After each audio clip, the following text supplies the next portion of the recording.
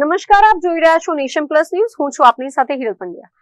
One વિભાગના કર્મચારીઓને માર મારવાના કેસમાં સજા કાપી રહેલા ધારાસભ્ય ચૈતર વસાવાની મુશ્કેલીઓ વધી રહી છે, કારણ કે ગુજરાત હાઈકોર્ટે ચૈતર વસાવાને જામીન આપવાનો ઇનકાર કરી દીધો છે.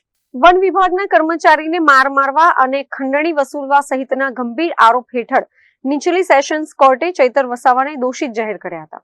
સેશન્સ કોર્ટના આ ચુકાદાને પડકારતા ચૈતર વસાવા દ્વારા ગુજરાત હાઈકોર્ટમાં 2 અરજીઓ દાખલ કરવામાં આવી હતી.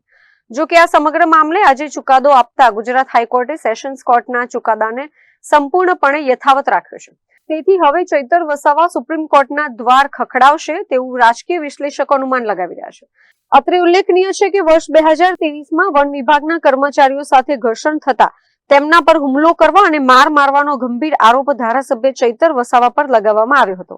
આ case Narmada district and sessions કોર્ટમાં ચાલ્યો અને સુનાવણી પૂર્ણ કરીને કોર્ટે ધારાસભ્ય ચૈતર વસાવા અને તેમના પત્ની શકુંતલા વસાવા સહિત કુલ 9 લોકોને આ ગુનામાં દોષિત જાહેર કર્યા હતા અને નર્મદાની અદાલતે ચૈતર વસાવાને આ કેસમાં 7 વર્ષની કેદની આકરી સજા ફટકારી હતી.